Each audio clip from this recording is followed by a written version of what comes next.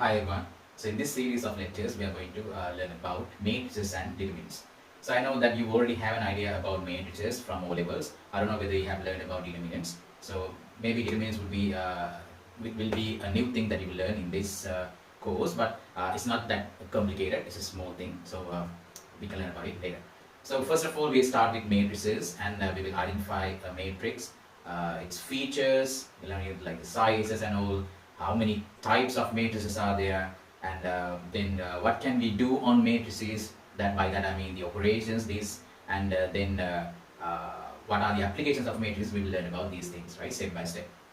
Right, so before we begin defining matrices, I want to draw a picture on why do we need matrices. So you might have learned it in O levels, but maybe you have no idea as to whatever that we can do with matrices. So matrices comes in handy doing large calculation, solving equations. So I will start off with two simple examples just to tell you why do we need matrices. So right.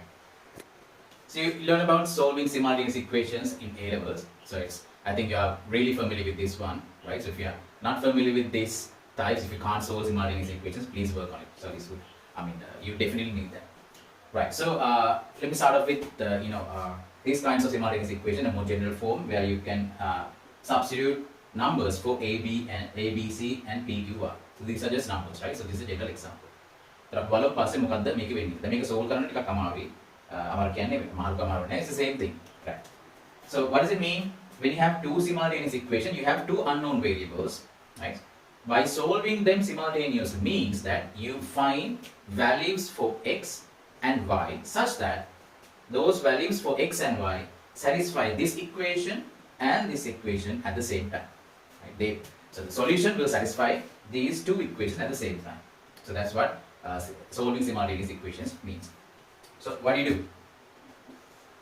First, now I want to get rid of one variable, right? Because we have two variables, so let me get rid of x variable. So I have to multiply first equation by p, then deduct second equation multiplied by a, right? So when I do it, x terms will be taken off, right? Out of the equation. So we have remaining pby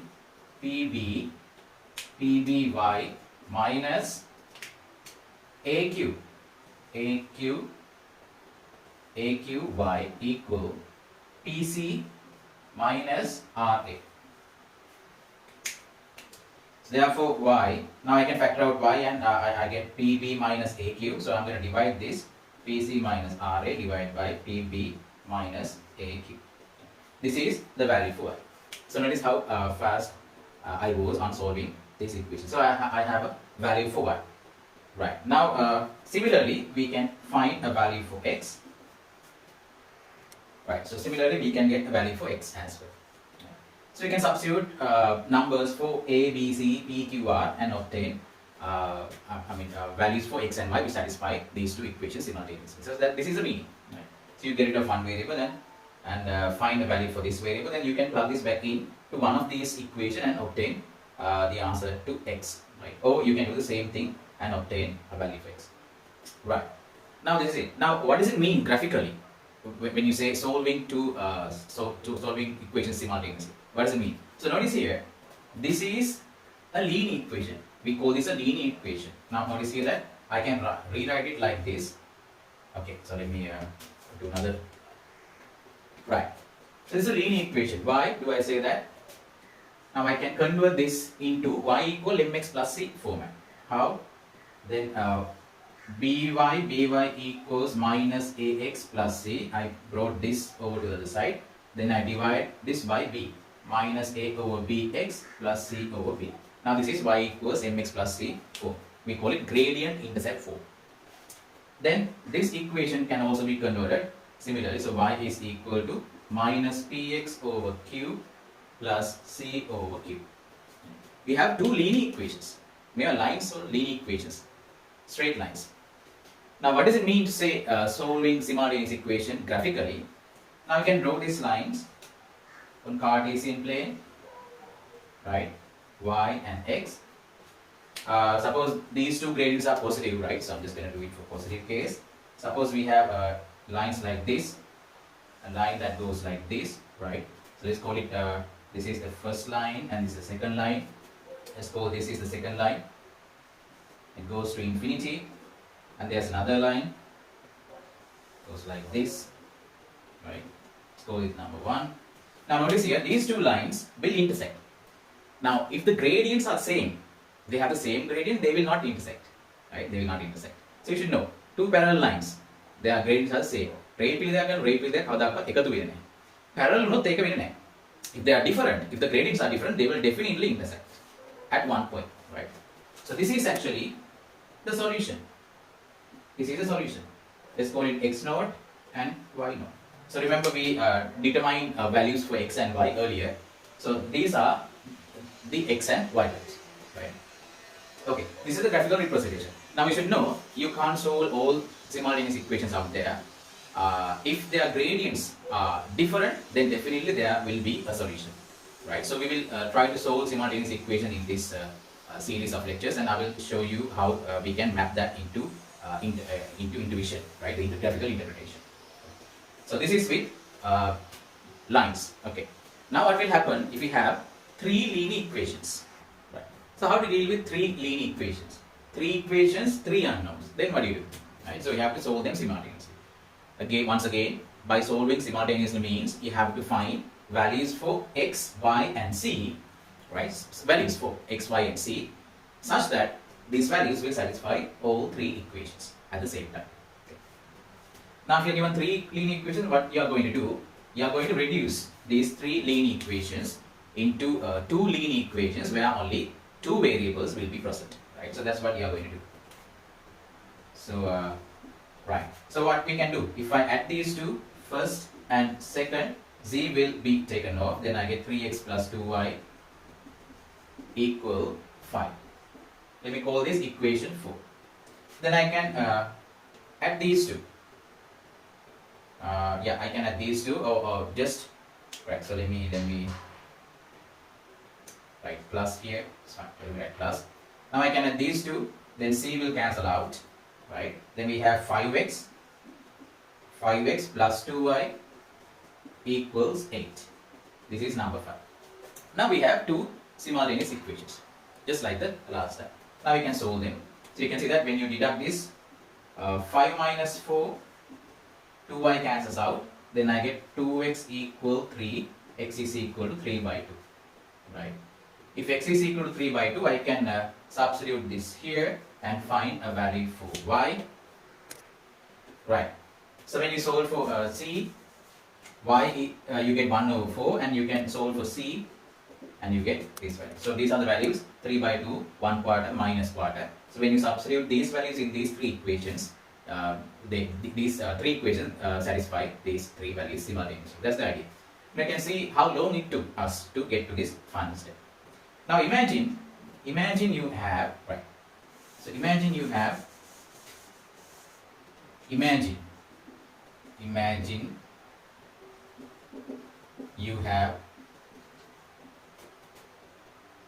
n equations with n unknowns or variables. How long it will take? Suppose you have 1000 equations with 1000 unknowns. Can you do it by hand? No, right? It's impossible to do it by hand. So that's why we use computers to calculate this. And so they have come up with this mathematical tool called matrices and determinants, right? So we use matrices and determinants to solve linear equations. So that's why we learn about matrices and determinants. So since you already know what a matrices is, let me show you quickly how to calculate linear equations. We'll do this for only 2 variable linear equations. For example, ax plus by equals c and px plus qy equals d. So I'm going to write it in matrix form. I'm going to write this in matrix form. So I can write it as a, b, p, q matrix into x, y, then c, o, c, d. Right. Now we have to solve this matrix equation. So this is similar to saying a capital X equal b matrix. Now this looks like a simple linear equation, but notice here these are matrices, right? So we are no longer dealing with just numbers. These are matrices. Then when you want to solve for, now the x here, x represent both variables. If we have n variables, they are represented by also x. x කියලා කියන්නේ variable එකක් කියලා පෙන්නනවා. So variable matrix, this is a variable matrix. This is coefficient matrix. And these are the constant matrix. හරිද? එතකොට දැන් x වලට අපි solve කරන්න ඕනේ. linear equation එකක් මෙහෙම ආව නම් අපි x solve කරන්නේ x equal b divided by a. But you can't do that with matrices. So x would be a inverse,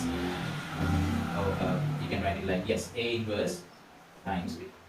So there's a reason why I wrote a inverse first. We'll get to that. මෙතෙන්ට තමයි අපි අන්තිමට එන්නේ. Right? So this is the end of this series. That was the beginning of this series and this would be the end of series. So we will revisit this part at the end of this lecture series. දැන්ට මතක තියාගන්න මේවා matrices, you know that we use matrices to solve linear equations, right? A system of linear equations. Okay. Now let's recap on what a matrix is. ඕනට දැන්ට මම අමතක වෙලා ඇති. What types of matrices are there? Right? What is the size of a matrix? Those things. Right. So what is a matrix? So matrix is an ordered rectangular array of numbers. So what does that mean? So matrices are analogous to your cupboards at home. Right? Like cupboard එක ගත්තාම shelves තියෙනවා, we have shelves and sometimes we have partitions there also. So you arrange your things, right? So your like clothes, hats, bags, whatever that you have, you arrange them in an order, quick fashion. So we have, suppose we have a cupboard like this, right? So in this cupboard, each block is specified for certain objects only, right? So cupboard එක මොකද ලස්සනට arrange කරනවා. මොකද shelf එක ලස්සනට arrange කරන්න පුළුවන්. In mathematics, we can also arrange numbers, right? So that arrangement is called a matrix. වෙන මොකුත් නැහැ matrix එක කියන්නේ numbers එක arrange කරලා තියෙන ලස්සන. Why? Because we can use this technique to solve linear equation, system of linear equation. Okay. For example, now matrix එකක් කියව අපිට දැකගම අපිට තේරෙන්න ඕනේ. එතකොට shelf එක look එක තමයි තියෙන්නේ. So it would sometimes we use this, right? මෙහෙම brackets දානවා. Or sometimes we use square brackets. ඔය දෙකෙන්ම තියෙන්න පුළුවන් විභාග. Examples 1 2 3 4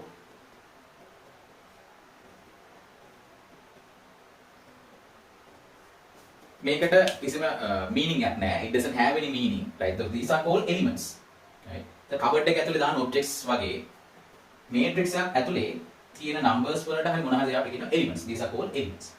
So another example,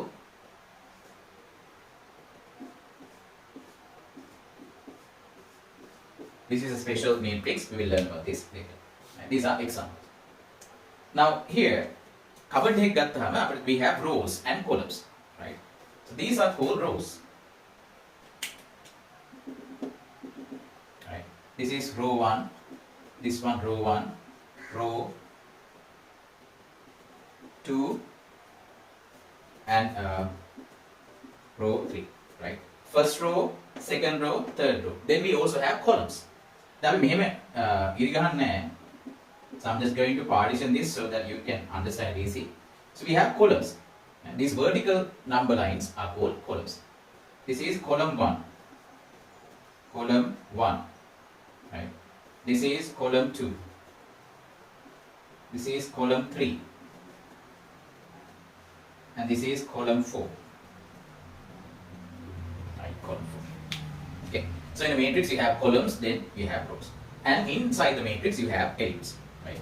So each element has a specific location. Okay? So we need to know how to locate an element in a matrix. So we should learn that as well. Right? So this matrix has this one. It has this one. How many rows? 3 rows. 3 rows and 4 columns. This matrix has 1, 2, 3 rows and 3 columns. 3 rows and 3 columns. Okay? Right. So matrices ගත්තාම it has a size. Just like with us, අපේ size එකක් තියෙනවා. කොහොමද අපි ඒක characterize කරන්නේ? By height, by weight, right? By age, these things, right? So size can be characterized by height of a person. Similarly, for a matrix, matrices also has sizes. So how do you characterize the size of a matrix? So size of a matrix can be characterized by its number of rows and number of columns. So let's get into that next. Right, the size of a matrix. So how do you characterize size of a matrix? So we characterize it by number of rows and number of columns, right? So if a matrix has n rows and n columns, then its order as in the size, order again size eකට. Order is m by n. මේක තමයි ලියන්නේ. දැන් මේක multiply කරලා ලියන්න එපා. So we write it as m by n. So usually when you start taking university courses, then you would specify the order of the matrix right next to it.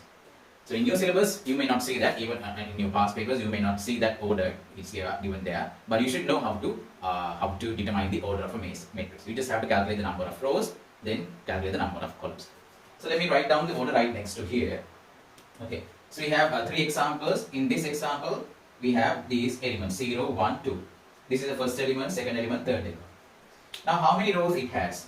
1 row, second row, third row. How many columns it has? Only 1 row. So how do you write the order of the matrix right next to it? Number of rows first, 3, and number of columns, only 1. 3 by 1. That's how you read the matrix. 3 by 1 matrix. So this is a 3 by 1 matrix. Now we have another one, all 0. Right? We also call it 0 matrix. When all elements in the matrix are 0, then we call it 0 matrix. So what is the order? Can you guess the order? Yes, if you guessed 2 by 2, then you are correct. That's another matrix here. So can you guess the order? First row, second row, third row, first column, second column. So we have 3 rows and 2 columns. So if you guess 3 by 2, then you are correct. So this is called the order of a matrix. So usually you write next to it, but in exams you may not get that. Okay. But if they ask you to find the order, then you should be able to find the order. Now this comes in handy when we are doing operations of matrices. By that I mean addition, subtraction, multiplication. We can't divide matrices, right? So division does not exist with regard to matrices. There's this thing called inverse of a matrix. So instead of division, we take the inverse of a matrix. So when it comes to them, this order does matter. Right. So I mentioned this earlier. Elements in a matrix. Elements in a matrix. So the numbers in a matrix are usually called elements in a matrix. Cupboard එක ඇතුලේ ඇඳුම් ඊට පස්සේ bags අර මේවා elements ඒ වගේ. In a matrix you have numbers. So these are referred to as elements, right?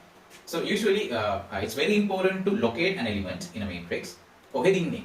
Where is this element location? So we have to come up with a notation to locate an element. So computers වලින් මේක ගොඩක් අවශ්‍ය වෙන්න පුළුවන්. ඒතර අපිට අවශ්‍ය වුණොත් එහෙම third row and first column එකේ තියෙන මේ element එක මොකක්ද? So what is the element at third row and first column? So we need to come up with a notation to define that. So element in ith row and jth column. Elements in ith row and jth column is generally denoted by aij. Right? A subscription. May subscript. යටින් ලියන්න. Right? ij මුලින්ම ලියනවා. First you write which row. Second which column. Which row and which column. For example, let's take this matrix. Okay. A matrix now what is the order? Can you guess the order? So if you guess this is 2 by 3, then you are correct. 2 by 3. Which means there are maximum 2 rows and 3 columns. Okay.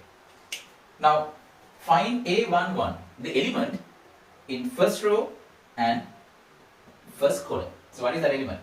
This is the first row and this is the first column. So that element is 0. Next, A22, second row, second column. What is the second row? Second row is this. Second column, this. Right? Second row, second column. Intersection is the idea. So this is the element that is 5. Next, A13, first row, third column. First row, third column. This is the third column. That would be number 10. So usually they are denoted by this because we need to come up with notation, general notation, deal with matrices. Define definitions එහෙම ලියද්දී අපිට මේක අවශ්‍ය වෙනවා general case එකකට. මොකද matrix එකක් ගත්තාම හැම වෙලාවෙම මේ elements එන්නේ නැහැනේ. In general there can be myriad numbers of elements. හරිද? එක එකට වෙනස් වෙනවා. So we have to generalize this concept. In order to generalize this concept, we need to come up with notations. හරිද? මිනිස්සු ගත්තාම මිනිස්සු ගොඩක් ඉන්න ලෝකේ. ඒ හින්දා අපි ඒගොල්ලන් වෙන් කරන්න we have given them a name. එක එක්කෙනා නමින් වෙන් කරනවා. ඒකම තමයි ඒතර notation. Name is a notation. Right. Okay. So you should be able to locate elements in a matrix. Right. So in general, matrices are denoted by capital letters, capital English letters. A, B, C, D, P, Q, R, whatever it is. So that's what you can see in the exam paper. So they will mention matrix A is equal to this. Okay? Matrix A is equal to this and that, like this. Matrix A is equal to 1, 0, 2, 3, minus 1, 5. Right? So like that they can denote it. If you denote කරාට පස්සේ you don't have to write this matrix again, right? So you can deal with capital A. So මේක shorthand notation එකක් විතර යනවා. Matrix එක ලියන්න ගියාම වෙලාව යනවා ගොඩක්. එහෙනම් අපි shorthand notation එකක් විතර we are using capital letters. Now whenever you see capital letters, you might not know whether this is a matrix or something else. Right? So we need a more specific notation. To have a more specific notation, then we write this. So ගොඩක් වෙලාවට ඔයාලට මේක එන්නේ නැහැ. ඔයගොල්ලෝ එන්නේ capital letters වලින්. But you should learn what this means. This means now we are using simple A. If the matrix is capital A, then we use simple A. Ij. So when you see this notation, you definitely know this is a matrix which has elements A. Ij. Right? Then we write down the order. Size එකත් කෙලිම මේ notation එකේ දෙන්න පුළුවන්. මේක ගොඩක් වැදගත් notation එකක්. So we can write it like this. For example, let's say A is Aij, right? 3 by 2 matrix. 3 by 2 matrix. So මේක මට දිගරින්න පුළුවන්. I can expand this like this, right? A 3 by 2 matrix, no? 3 columns, sorry, 3 rows and 2 columns, right?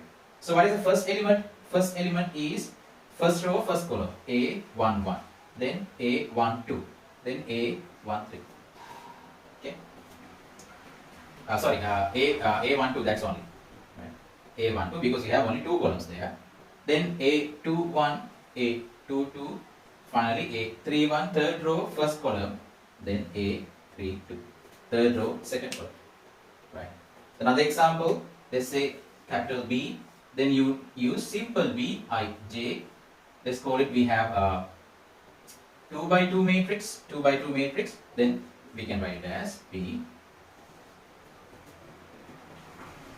B11, that is the first element, first row, first column, then first row, second column, then second row, first column, second row, second column. So I think you get the notation. May notation with the A11, A12, may when instead of this you will have numbers, right? Main notation, generalizing the notation. Right. So I think we learned about matrix. This is the introduction to matrices and how do you characterize them? What is the size of a matrix?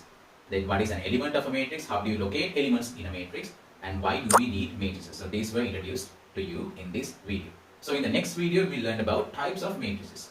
The type of matrix means like TV. If you take TV as an example, there are many TVs now, TV brands nowadays, right? So we have LG, we have Samsung, and we have Innovex, and so many brands, right? So similar to that, in matrices also we have different brands, different categories. එක එක જાති matrices තියෙනවා. හරිද? උසද, කැටද, සුදුද, කළුද ඔය වගේ දේවල් විදිහට matrices එක જાතිය තියෙනවා, right? Different categories. එතකොට we will learn about some of the most important main types of matrices in the next video. And right, so then after that we will learn about operations on matrices, operational properties. Okay. Thanks for listening.